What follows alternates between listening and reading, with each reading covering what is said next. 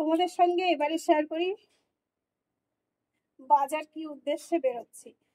এই মাত্র বাজার থেকে ফিরলাম, দেখতেই পেলে একদম ঘেমে অবস্থা শেষ। ফ্যান চলছে, মেয়ে ফ্যানের সব থেকে ভালো যেটা এই যে ব্যাগটা এত কিউট লাগছিল দেখতে।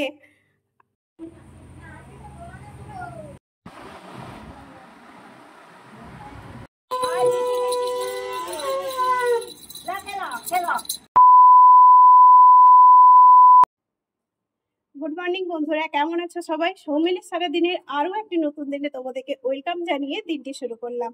একদম দেখতেই পাচ্ছ রেডি হয়ে গেছি। সকালে যা কিছু কাজকর্ম থাকে প্রতিদিন তো তোমরা জানো, ছেলেকে স্কুলে পাঠাতে হয়, রান্না বান্না করে খাইয়ে দাইয়ে ছেলেকে স্কুলে পাঠিয়ে দিয়েছি। মেয়েও ব্রেকফাস্ট সেরে ফেলেছে, আমিও করে নিয়েছি।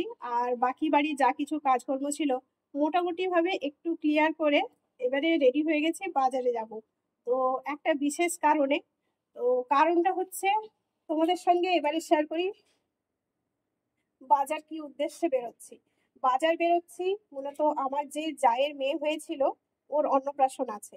আর এই সময় কোনো অনুষ্ঠানপত্র হচ্ছে না ঠিকই, কিন্তু কি বলতো, ছোট্ট বাচ্চা তো একটা কিছু মানে না দিলে নিজেদেরই মনের মধ্যে কেমন হয়। কাকু গতকাল কাকু এসে নেমন্তন্ন করে গেছিল, আর বলেই দিয়েছিল এটা তো কিছুই হচ্ছে না, শুধুমাত্র পুজো হবে, তো তোমাদের কিছুই নিয়ে যেতে হবে না, সবাই মিলে আসবে। এবারে কি বলতো, ছোট্ট বাচ্চা তো কিছু না নিয়ে গেলেও একটা কেমন মনে হয়। সেই কারণে তোমাদের দাদাভাই বললো ফোন করে, বা আমাদের নিজেদেরও একটা চিন্তা ভাবনা ছিল যে বাচ্চাটার জন্য অন্তত একটা নতুন জামা নিয়ে যাই আর একটুখানি মিষ্টি নিয়ে যাব। এই চিন্তা ভাবনা করার জন্যই কিন্তু ভাবলাম চলো আজকে তো ছেলে স্কুলে বেরিয়ে গেছে, আর আমাদেরও যখন সমস্ত ব্রেকফাস্টও সারা হয়ে গেছে, তো বাজারে বেরিয়ে মেয়েটার জন্য একটু জামা কিনে আনি।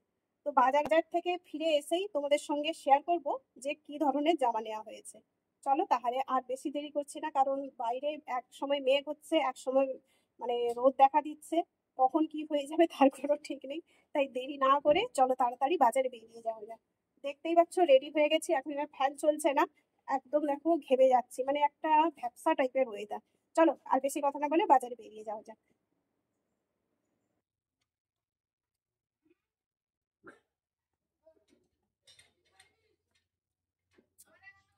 হাতে আছে, হাতে আছে এদিকে, হাতে আছে এদিকে, চলো হাতে আছে এদিকে।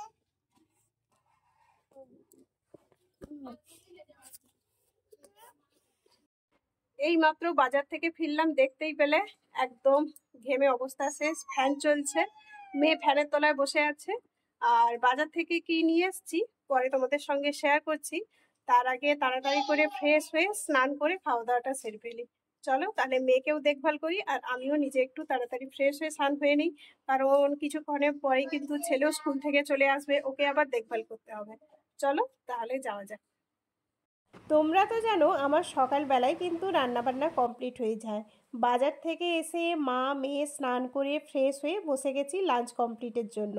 আজকের মেনুতে ছিল আলু কুঁদরি ভাজা, মাছের তেলপটা ভাজা আর পটল চিংড়ি। মেয়ের জন্য অবশ্য একটা মাছ ভাজা ছিল, আলু কুঁদরি ভাজা আর এই পটল চিংড়ি। সঙ্গে কিন্তু আমি নিয়েছিলাম কাঁচা লঙ্কা আর কাঁচা পেঁয়াজ। এত তৃপ্তি সহকারে খেলাম, মাছের তেলপটাটা তো আমার ভীষণ প্রিয়, ওটা দিয়েই হাফ খাওয়া হয়ে গেছিল। তোমাদের কার কার প্রিয় কমেন্টে জানিও কিন্তু।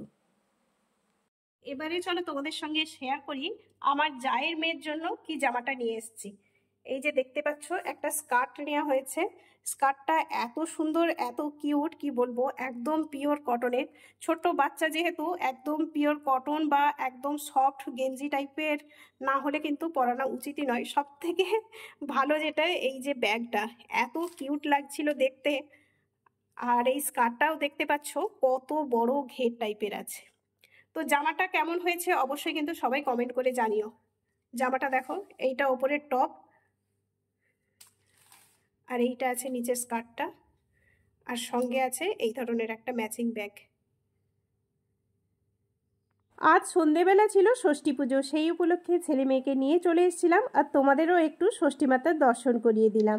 পুজো উপলক্ষে আজকে রাতের মেনু ছিল লুচি, আলুর দম, পায়েস, মিষ্টি আর ষষ্ঠী মাতার প্রসাদ বিভিন্ন ধরনের পিঠেপুলি। একদম ছোট্টখাট্ট ঘরোয়াভাবে অনুষ্ঠান হয়েছিল। এইদিকে আমরা বসেছিলাম, এইদিকে কিছু আত্মীয় আর পিসিমশাই আর পিসিমা। তোমরা হয়তো ভাবছো হঠাৎ করে অন্নপ্রাশনটা এত ছোট করে ঘরোয়াভাবে কেন করা হচ্ছে, সেটা তোমাদের সঙ্গে এবারে ক্লিয়ার করে দিচ্ছি, চলো তোমরা শুনে নাও। আমার দেওরকে তো তোমরা আগেই দেখেছো, মানে এই বাচ্চার বাবার কথা বলছি। ওরা কিন্তু দুই ভাই। তো ছোট ভাই কাজের সূত্রে বাইরে আছে, এই মুহূর্তে সে ছুটি পাচ্ছে না। আর কি বলতো, বাড়ির অনুষ্ঠানে বাড়ির ছেলে যদি না থাকে সেটা কখনো আনন্দই হয় না। সেই কারণেই কিন্তু এই মুহূর্তে একটু মুখে প্রসাদ ছুঁয়ে রাখা হবে, আর একটা শুভ দিন দেখে খুব বড় করে অনুষ্ঠান করা হবে। আমার ছেলের বেলাতেও কিন্তু ঠিক একই জিনিসটা হয়েছিল। মানে তোমাদের দাদাভাই ওই সময় ছুটি পাচ্ছিল না, ঠিক একইভাবে এইরকম প্রসাদ ছুঁয়ে রেখে পরে কিন্তু অনুষ্ঠান করা হয়েছিল। তো আর বেশি কথা বলবো না, কত সুন্দর অনুষ্ঠানটা হয়েছিল সেটা তোমরা একটু উপভোগ করো। আর অবশ্যই ভালো লাগলে কিন্তু লাস্টে কমেন্ট করে জানিও। আর আমাদের এই কাকু কিন্তু মুখে প্রসাদ দিয়েছিল, যেহেতু আমাদের এই ছোট্ট সোনামণির কোনো মামা নেই। তো চলো অনুষ্ঠানটা তোমরা উপভোগ করতে থাকো।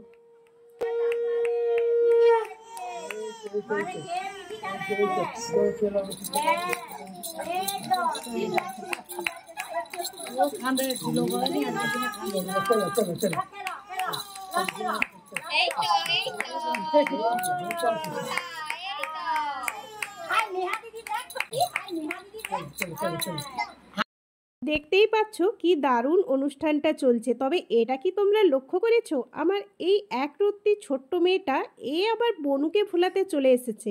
একেই কে ভোলায় তার ঠিক নেই। মানে দারুণ মজা করেছিলাম এই ছোট্ট অনুষ্ঠানটাতেও। আজকে দুপুরেও কিন্তু আমাদের সবার খাওয়া দাওয়ার ব্যবস্থা ছিল। তো চলো, অনুষ্ঠানটা কেমন হলো তো তোমরা দেখতেই পেলে। বাচ্চা মেয়েটা খুবই কান্নাকাটি করছিল, সবাই ওকে ভোলানোর চেষ্টা করেছিল, কিন্তু কিছুতেই ও কারোরই কথা শুনতে চাচ্ছিল না।